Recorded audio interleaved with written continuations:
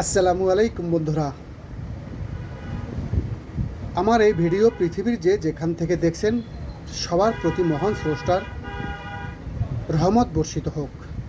বিশেষ করে আমার প্রিয় অটো মেকানিক ভাইয়েরা, আবারও ডাটাই কন্ট্রোলার, কোনো মাস্টারই নাই, কোনো প্রফেসরই নাই, হাতে গোনা কয়েকটা থিওরি জানলেই সব কন্ট্রোলারেরই কাজ করতে পারবেন আপনারা। হাতে গোনা মাত্র কয়েকটা থিওরি: 16 ভোল্ট শর্ট হওয়া, 5 ভোল্ট শর্ট হওয়া, সিপিউর শর্টটা কীভাবে মাপ দেওয়া, 5 ভোল্ট কী কারণে শর্ট হতে পারে, 16 ভোল্ট কী কারণে শর্ট হতে পারে, ড্রাইভার সেকশনের বিশেষ করে Y1 Y2 এর মাপটা জানা এবং রেজিস্ট্যান্সের মাপ জানা। ব্যাস এই কয়েকটা থিওরি জানলেই কন্ট্রোলারের রিপেয়ারিংয়ের কাজটা আপনারা প্রাথমিকভাবে করতে পারবেন। তারপর যখনই করা শুরু করবেন দেখবেন আস্তে আস্তে আস্তে আস্তে করতে পারতেছেন। তো চলুন তেমনই আমরা একটা কন্ট্রোলারের কাজ আজকে দেখব, খুবই অল্পের ভিতরে, শর্টের ভিতরে। আর আমার অ্যাপটেক্স ইনভেন্ট, আমার প্রিয় অটো মেকানিক ভাইয়েরা, বাংলাদেশের অনেক জেলায় আমি পৌঁছে গেছি। নীলফামারী থেকে সিলেট,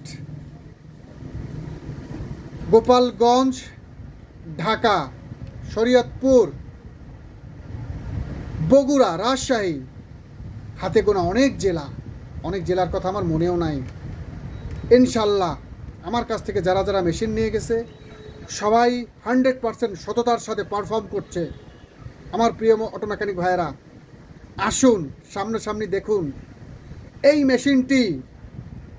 মেশিনটিরই কোনো এক সময় আমার প্রিয় অটো মেকানিক ভাইয়েরা এর প্রেমে পড়ে গেছিলেন। ইন্ডিয়া থেকে ইম্পোর্ট করে আনতে হইতো এই মেশিনটাকে, 3 লক্ষ টাকা খরচ হতো আনতে, অনেকের কাছ থেকে 3 লাখ টাকার বেশিও নেওয়া হয়েছে। একটা মেশিন আনতে 60,000 টাকা খরচ হয়েছে, 60,000 টাকা খরচ হয়েছে একটা মেশিন আনতে, আমার প্রিয় অটো মেকানিক ভাইয়েরা। তো সেটা আজকে আরও আপডেট, আরও স্ট্রং, আপনাদের হাতের কাছেই। আসুন দেখুন, তারপরে নিয়ে যান। দেখলেই যে নিয়ে যেতে হবে এরকমের কোনো কথা নাই, পছন্দ হলে নিয়ে যাবেন, কোনো বাধ্যতামূলক নিতেই হবে এরকমের কোনো কথা নাই। আপনারা আসুন, যাচাই করুন, এবং বাংলাদেশের যে সমস্ত অটো মেকানিক ভাইয়েরা আমার থেকে নিয়ে গেছে তাদের সাথে সামনাসামনি কথা বলুন, ভিডিও কলে কথা বলুন, তারা এই মেশিন নিয়ে কী রকমের আছে। একমাত্র আমি এভাবে যারা মেশিন নিয়ে গেছে প্র্যাকটিক্যালি তাদের নাম্বার দিয়ে থাকি, যে আমার থেকে তো শুনেন, আমারটা তো আমি ভালো বলবই, এবং যারা এটা থেকে পারফর্ম করছে, ব্যবহার করছে, তাদের সাথেও কথা বলে দেখুন। তো যাই হোক, চলুন আমরা এই কন্ট্রোলারটার কাজটা দেখি। এই যে দেখুন বন্ধুরা, এর সবুজ ফেসটার মসফেট একদম চোরমার হয়ে গেছে। এই যে চোরমার হয়ে গেছে। আমরা এটা 2 পাশেরই মসফেটগুলো তুলে নিয়ে গেছি। এটা আর দেখার দরকার নাই, যেহেতু এই ফেসটা আমার চুরমার হয়ে গেছে, এখানে ফ্লাশিং হয়ে গেছিলো। এই যে দেখুন, এখানে যে সিরামিক ক্যাপাসিটারটা রয়েছে, অ্যাসেম্বলি ক্যাপাসিটি যেটা রয়েছে, সেটাও ভর্ষীভূত হয়ে গেছে। তো আমরা মসফেটগুলো সুন্দরভাবে তুলে নিছি, শোল্ডার সকার দিয়ে সুন্দরভাবে এটা পরিষ্কার করে নিয়েছি। এই যে দেখুন, এখন আমরা এটা ড্রাইভার সেকশনটা মাপ দেবো আপনাদের সামনেই, এবং এর 16 ভোল্ট শর্ট কী কারণে হতে পারে, আর সিপিইউ আইসি কী কারণে শর্ট হতে পারে, এগুলো লক্ষ্য করবেন, এই মাপটা লক্ষ্য করবেন, এবং আমার মুখে ভিডিও দেখবেন, এবং আমার মুখের কথাগুলোও লক্ষ্য করবেন আমার প্রিয় অটো মেকানিক ভাইয়েরা। দেখুন এর মাপগুলো দেখতে থাকুন। এই যে আমি মিটারটা 1K মোডে নিয়ে নিয়েছি, এই যে 1K মোডে আছে আমার মিটারটা, একদম শর্ট মোডে আছে। তো Y1, এই যে দেখুন Y1, এই Y1টা নষ্ট, যেটুকু ওঠার কথা সেটুকু উঠছে না আমার প্রিয় অটো মেকানিক ভাইয়েরা। এই যে দেখুন Y1 এর মাপ হলো আমার এই নেগেটিভ পজিটিভ, মিটারের নেগেটিভ পজিটিভ 2 টার্মিনালের বাম পাশে নেগেটিভ কমন হয়ে বসে থাকবে, ডান পাশ থেকে পজিটিভটা ঘুরবে। এই যে দেখুন, এটা শর্ট বন্ধুরা, সম্পূর্ণ শর্ট, মিটারের সম্পূর্ণ শর্ট দেখাচ্ছে। আমার উপরে যখনই আমি চলে যাই তখন এটা শর্ট দেখাচ্ছে, এটা নষ্ট, এটা আর দেখার দরকার নাই। এবার ওয়াই টুর মাপ হলো আমার এই মিটারের নেগেটিভ পজিটিভ দুটো ঘুরে গিয়ে আমার বাম পাশে পজিটিভ বসে থাকবে, ডান পাশ থেকে নেগেটিভটা ঘুরবে। এই যে দেখুন বন্ধুরা উপরে, এই যে এটা ভালো দেখাচ্ছে বন্ধুরা, এইটা ভালো দেখাচ্ছে। আমরা একটু উল্টো করে মাপ দিয়ে দেখি। হ্যাঁ বন্ধুরা, এটা ভালো দেখাচ্ছে, কিন্তু এই ভালো দেখাবার পরেও প্র্যাকটিক্যালি কিন্তু ও কাজ করে না অনেক সময়। এটা যখন আমরা প্র্যাকটিক্যালি মোটরটা ঘোরাবো তখন দেখবো যে মেজারমেন্ট অনুযায়ী ভোল্টেজটা উঠতেছে কিনা। এবারে এই যে দেখুন এটা শর্ট, এটা এটা এই উপর মাথাটা কিন্তু ভালো দেখাচ্ছে বন্ধুরা, আমার ভালো মাপ এটা, কিন্তু নিচের দুই পা শর্ট দেখাচ্ছে, তার মানে ওয়াই টু এটাও শর্ট দেখাচ্ছে। তো বন্ধুরা টোটাল এই ড্রাইভার সেকশনটাই ঝামেলা আছে। এই যখন এটা ডাইরেক্ট এভাবে শর্ট হয়ে যাবে তখন বুঝতে হবে যে আমার এই ছোটো টেন্ডেস্টারগুলো শর্ট আছে। ওয়াই1-এর বেলায় আমার এই নেগেটিভ টার্মিনাল পজিটিভ টার্মিনাল ডান পাশে বসবে, এভাবে বসবে, বাম পাশে নেগেটিভ কমন হয়ে থাকবে, পজিটিভটা ঘুরে উপরে মাপ হবে এই যে। আর ওয়াই2-র বেলায় আমার পজিটিভ সেকশনটা বাম পাশে কমন হয়ে বসে থাকবে, ডান পাশ থেকে নেগেটিভ ঘুরে মাপ হবে এই যে। তো বন্ধুরা আমরা এই ড্রাইভার সেকশনটা এবার কাজ করে নেব, তারপরে আবার দেখাবো আমি আপনাদেরকে। এই যে দেখুন বন্ধুরা, আমরা খুব সুন্দর করে পজিটিভ সেকশনের মসফেটগুলো লাগিয়ে নিয়েছি। তারপরে অ্যাসেম্বলিটা মানে এই যে সিরামিকের যে ক্যাপাসিটারটা ছিল এই ক্যাপাসিটারটা লাগিয়ে নিয়েছি, এই যে বাদামি কালার।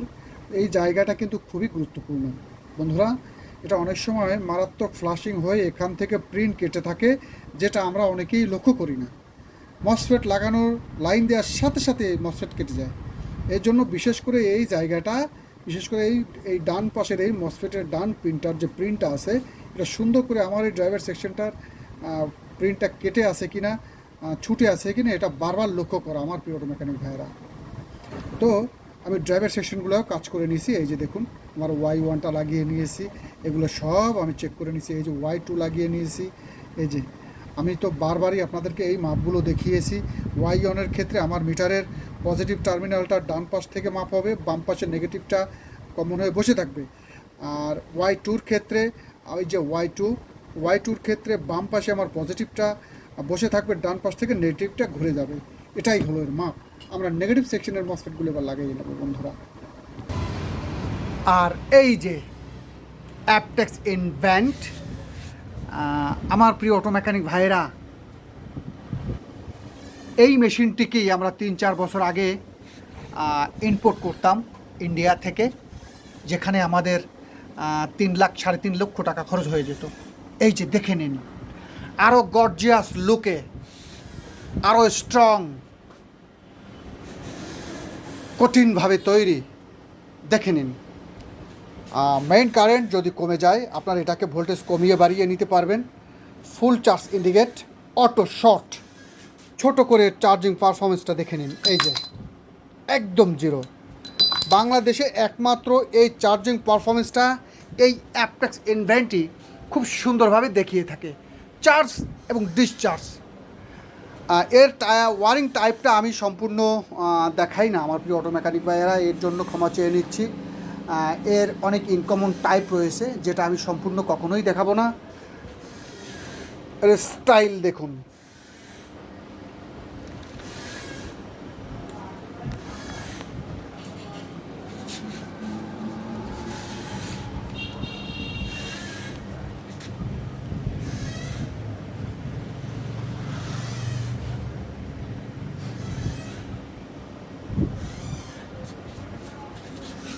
জাস্ট রেখে দিন, তুলে দিন।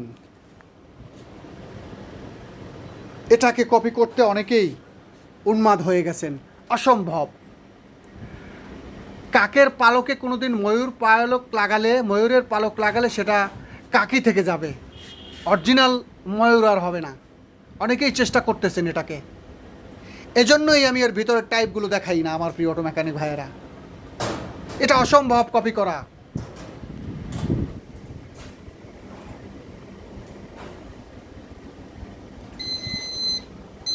ব্যাস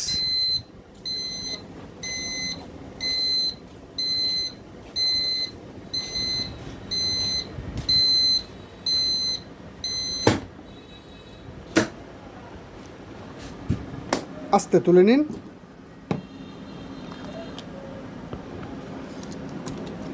এই যে দেখে নিন, ঠিক এর মাঝখানটা চেক করে নেবেন, এর মাঝখানটা সমান চার্জ আসছে কিনা। এভাবে এটা ডাটাই ম্যাগনেট, এবং ম্যাক্সিমাম অটো মেকানিক ভাইয়ের এই ডাটাই ম্যাগনেটটাই কমপ্লেন, যে ভাই ম্যাগনেট চার্জ করি, এর চার্জ কিছুদিন পর আবার ডিসচার্জ হয়ে যায়, সেটাকেই টার্গেট করে এটা বানানো। একদম ডিসচার্জ হয়ে যাবে আবার। দেখুন, বলি ম্যাগনেট চার্জ করা যায় শুনেছেন, ম্যাগনেট চার্জারও দেখেছেন। এই অ্যাপটেক্স ইনভেন্ট না দেখলে আদৌ জানতেই পারবেন না যে অরিজিনালি ম্যাগনেটাইজার মেশিন কী রকমের হয়। লোন তোলা পয়সা, ধার করা পয়সা, দীর্ঘদিন অপেক্ষা করে তিল তিল করে জমানো পয়সা দিয়ে ম্যাগনেট চার্জার মেশিন কিনবেন আমার প্রিয় অটো মেকানিক ভাইয়েরা। সব কিছু চিন্তা করেই গভীর মমতায় তৈরি হয় এই অ্যাপটেক্স ইনভেন্ট। আসুন দেখুন, সামনাসামনি পরিচালনা করুন, সামনাসামনি এর ভেতর বাহিরের টাইপগুলো দেখুন, তারপরে ডিসিশন নিন। দেখলেই যে নিয়ে যেতে হবে এরকমের কোনো কথা নাই। তবে আমি আশা রাখি এটা দেখলে আর অবশ্যই নিয়ে যাবেন, অবশ্যই পছন্দ হবে আপনাদের। ব্যাস, আমরা এটাকে একদম জিরো করে ফেলবো। দেখুন, বাংলাদেশে আমি আবারও বলছি, একমাত্র এই অ্যাপটেক্স ইনভেন্টই 100% চার্জ এবং ডিসচার্জ দুটোই খুব সুন্দরভাবে করে থাকে। অনেকেই এটা জিরো করার দেখিয়ে থাকে, কিন্তু এটা 100% জিরো কোনো ম্যাগনেট চার্জারই করতে পারে না।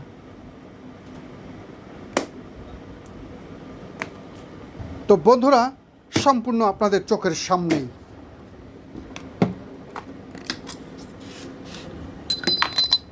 দেখুন, একমাত্র এই অ্যাপটেক্স ইনভেন্টই বাংলাদেশে 100% চার্জ এবং ডিসচার্জ জাদুর মতো করে থাকে। তাই আসুন, সামনাসামনি দেখুন, দেখার আমন্ত্রণ রইল আমার প্রিয় অটো মেকানিক ভাইয়েরা। তো চলুন আমরা এবার এই কন্ট্রোলারের বাদবাকি ভিডিওটুকু দেখব। তো বন্ধুরা, আমরা মোটামুটি সব কাজ করে নেওয়ার পরে একটা ভোল্টেজ ঢুকিয়ে দিছি। এই যে দেখুন, আমার এলইডি ব্লিঙ্কিং করতেছে। এবার ভোল্টেজ দেওয়ার আগেই যারা কন্ট্রোলারে কাজ করবেন তারা অবশ্যই এই ডিজিটাল মাল্টিমিটারের মাপ আপনাদেরকে বুঝতে হবে। আমরা এখানে পিক আপ দেওয়ার আগেই আমরা এই দুটো গেটই মেপে নেব। যেমন ওয়াই ওয়ানের মাথাটাই হলো ড্রাইভার সেকশনের গেট। এই যে এখানে অ্যাডভান্স কোনো ভোল্টেজ থাকতে পারবে না, আমাদের 60 ভোল্ট কিন্তু অলরেডি আছে, প্রেজেন্ট আছে। তো এখানে আমাদের কোনো ভোল্টেজ থাকতে পারবে না। এই যে পজিটিভ সেকশনের গেট, ওয়াই ওয়ানের মাথা, এখানে কোনো ভোল্টেজ থাকতে পারবে না।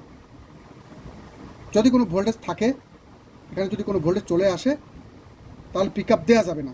তো আমাদের এই দুইটা জায়গায় দুইটা ড্রাইভার সেকশনই, পজিটিভ সেকশনের ড্রাইভার সেকশন হলো এটা, নেগেটিভ সেকশনের ড্রাইভার সেকশন এটা, দুটো ড্রাইভার সেকশনে নিউট্রাল আছে। এখন আমাদের এই কন্ট্রোলারটা পিক আপ দেওয়া যায়। এই যে দেখুন বন্ধুরা, আমাদের মোটরটা পিক আপ নিয়ে নিছে। তো আমাদের কন্ট্রোলারটা সম্পূর্ণ নিউট্রাল আছে কিনা, ড্রাইভার সেকশনের ভোল্টেজের মেজারমেন্ট ঠিক আছে কিনা, এটা বুঝতে হলে আমাদের এখানে একটা ভোল্টেজ আসবে, হালকা পিক আপই একটা ভোল্টেজ আসবে। এই যে দেখুন চলে আসছে, আমাদের 5 ভোল্ট চলে আসছে। যখনই আমি পিক আপটা ছেড়ে দেবো এই ভোল্টেজটা থাকবে না, তার মানে আমার এই ড্রাইভার সেকশনটা সম্পূর্ণ ঠিক আছে। আমার এখানেও একটা ভোল্টেজ আসবে, আমার মোটরের ভেজে যে ভোল্টেজটা আসবে, মোটরের ভোল্টেজ চলে আসছে 30, এবং এখানের এই 5 ভোল্ট, মোটরের 30, এখানের 5, 35। আমাদের এই পজিটিভ সেকশনের ওয়াই ওয়ানের মাথায় 35 ভোল্ট চলে আসার কথা। এই যে দেখুন, এই যে চলে আসছে, দেখুন আমাদের পজিটিভ সেকশনের ওয়াই ওয়ানের মাথায় 35 ভোল্ট চলে আসছে। তার মানে আমাদের এই টোটাল কন্ট্রোলারটা সম্পূর্ণ ঠিক হয়ে গেছে আমার প্রিয় অটো মেকানিক ভাইয়েরা। তো এবার আসি এর আইসি শর্ট বা 5 ভোল্ট শর্ট বা 16 ভোল্ট শর্ট হলে কীভাবে এটাকে দেখবেন। আরও একটা ব্যাপার আমি আলোচনা করি বন্ধুরা, যখন আমাদের ড্রাইভার সেকশনগুলো শর্ট হয় তখন এখানে একটা 1K রেজিস্ট্যান্স আছে, এই যে 1,000,000,000। আমাদের এই রেজিস্ট্যান্সটা কিন্তু কেটে গেছিলো। এটা কাটা মিটারে 1K মুডে এটা শর্ট দেখাবে। এইটা রেজিস্ট্যান্স, এটা রেজিস্ট্যান্স। যখন আমাদের এটা শর্ট হয় তখন এই একটা উপরে রেজিস্ট্যান্স, এটা ডান পাশে রেজিস্ট্যান্স, এই দুটো রেজিস্ট্যান্সই শর্ট হওয়ার ঝুঁকি থাকে, অনেক সময় শর্ট হয় না। যেমন আমাদের এটা ভালো ছিল, এটা শর্ট হয়ে গেছিলো। আবার পজিটিভ সেকশনের Y1-এর মাথায় এই যে 47 ওহমস একটা রেজিস্ট্যান্স থাকে, এটাও ম্যাক্সিমাম টাইম শতকরা 70% এই রেজিস্ট্যান্সটা কেটে যায়, এটা শর্ট হয়, এটাও কেটে যায়। এটা মাপ দেবেন, এটাও 1K মোডে শর্ট দেখাবে, এটা অবশ্যই চেক করে নেবেন। এই ড্রাইভার সেকশনের এই কন্ট্রোলারের বেলা এটা কিন্তু কাটছিল না বন্ধুরা।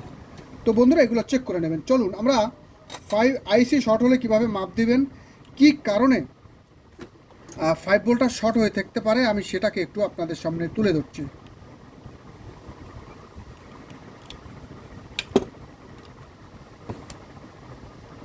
এই যে বন্ধুরা, আমি কাটা মিটার নিয়ে নিয়েছি এবং মুখের কথাগুলো আপনারা লক্ষ্য করবেন।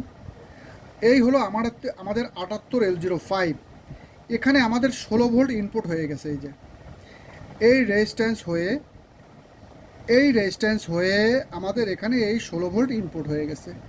এখন আমাদের নেগেটিভ এটা, এই হিটসিংটাই আমাদের কমন নেগেটিভ, অথবা এই জাম্পার আমাদের কমন নেগেটিভ। এখানেই আমরা নেগেটিভটা ধরে নিই। এখন আমরা এখানে 16 ভোল্টের, এই যে 16 ভোল্টে মাপ দেবো। এই যে দেখুন, এখানে শর্ট দেখাচ্ছে না, আস্তে আস্তে মিটারটা উপরে উঠে যাচ্ছে। যদি সম্পূর্ণ এভাবে শর্ট দেখাইতো তাহলে আমাদের 16 ভোল্ট সেকশনে শর্ট আছে, এখানে ভোল্টেজটা ব্রেক হয়ে থাকবে।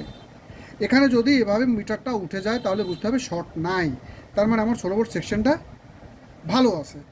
আবার এখান থেকে আমরা এই যে 78L05 এর আউটপুট পিন, মানে ডান পাশের পিন, এটা হলো আমাদের 5 ভোল্ট।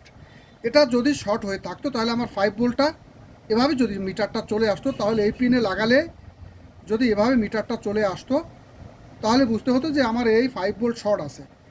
এই কারণেই আমার 5 ভোল্টটা ব্রেক হয়ে আসে। তো বন্ধুরা, 5 ভোল্ট যখন ব্রেক হয়ে যাবে, যখন দেখবেন ব্রেক হয়ে গেছে, 5 ভোল্টটা যখনই আপনারা ব্রেক দেখবেন,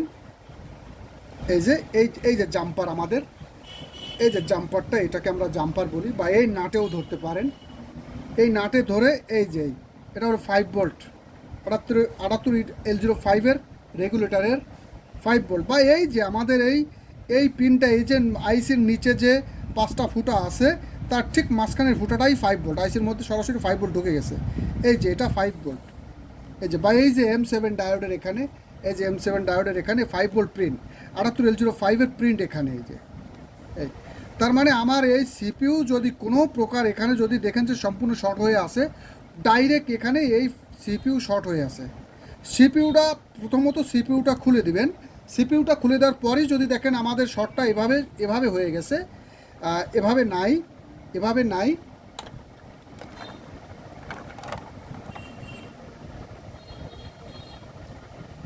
এই যে দেখুন বন্ধুরা, এখানে শর্ট নাই। যখনই দেখবেন এভাবে শর্ট চলে আসছে, এভাবে শর্ট দেখাচ্ছে, এই 78L05-এর আউটপুট পিনে, নিচের পিনই হলো 5 ভোল্ট। এই যে এটাই 5 ভোল্ট। এই যে আইসির যে 1 2 3 4, এই যে 5খানের যে এটা 5 ভোল্ট প্রিন্ট, এই M7 ডায়োডের এখানে গোড়ায় 5 ভোল্ট প্রিন্ট। আপনারা যখনই দেখবেন যে 5 ভোল্টে শর্ট, এভাবে ধরলে ডাইরেক্ট শর্ট দেখাচ্ছে, তখন আপনারা সঙ্গে সঙ্গে এটাকে খুলে দেবেন, সিপিইউ আইসিটাকে খুলে দেবেন। সিপিইউ আইসিটা খুলে দেওয়ার সাথে সাথেই যখনই দেখবেন যেভাবে শর্টটা ছেড়ে দিছে, তখন লাইন ঢুকিয়ে দেবেন। লাইন ঢুকিয়ে দেওয়ার সাথে সাথে যদি দেখেন 5 ভোল্ট চালু হয়ে গেছে, তাহলে বুঝতে হবে যে আমাদের সিপিইউ আইসিটা খারাপ ছিল, যার কারণে 5 ভোল্টটা ব্রেক হয়ে আসে। সিপিইউ আইসি খোলার পরেও যদি দেখেন যে এভাবে শর্ট হয়ে আসে, তখন এই 5 ভোল্ট কিন্তু আমাদের এই 358 আইসির মধ্যেও ঢুকে যায়। তাহলে আমাদের এই 358 আইসিটা খুলে দেবেন। 358 আইসিটা খুলে দিলে যদি দেখেন যে শর্ট ছেড়ে দিছে, তাহলে 358 আইসিটা লাগিয়ে নেবেন, আবার সিপিইউটা ঢুকিয়ে নেবেন, এভাবে শর্টটা মেপে নেবেন। আর 16 ভোল্ট আমাদের দুইটা কারণে শর্ট হতে পারে। সেটা হলো আমাদের এই 50 ভোল্ট যে ক্যাপাসিটারগুলো মারা আছে, এই 50 ভোল্ট ক্যাপাসিটারগুলো যদি শর্ট হয়ে যায়, সে কারণে 16 ভোল্ট শর্ট হয়ে থাকতে পারে। অথবা 78L05 যদি শর্ট হয়ে থাকে, সে কারণেও শর্ট হয়ে থাকতে পারে। 78L05টা শর্ট হয়ে থাকলেও শর্ট হয়ে থাকতে পারে 16 ভোল্ট। তাই বন্ধুরা, আমি খুব সুন্দরভাবে আপনাদেরকে বোঝানোর চেষ্টা করলাম, শর্টের ভিতরে বোঝানোর চেষ্টা করলাম। বাংলাদেশে একমাত্র আমি বিনা পারিশ্রমিকে, বিনা স্বার্থে আপনাদেরকে কাজ শেখানোর চেষ্টা করি। আসুন, দেখুন, সরাসরি যাচাই করুন আমার অ্যাপটেক্স ইনভেন্ট। সবাই সবার প্রতি মঙ্গল কামনা রেখে আজকের ভিডিও এখানেই শেষ করে দিলাম। ভালো থাকবেন।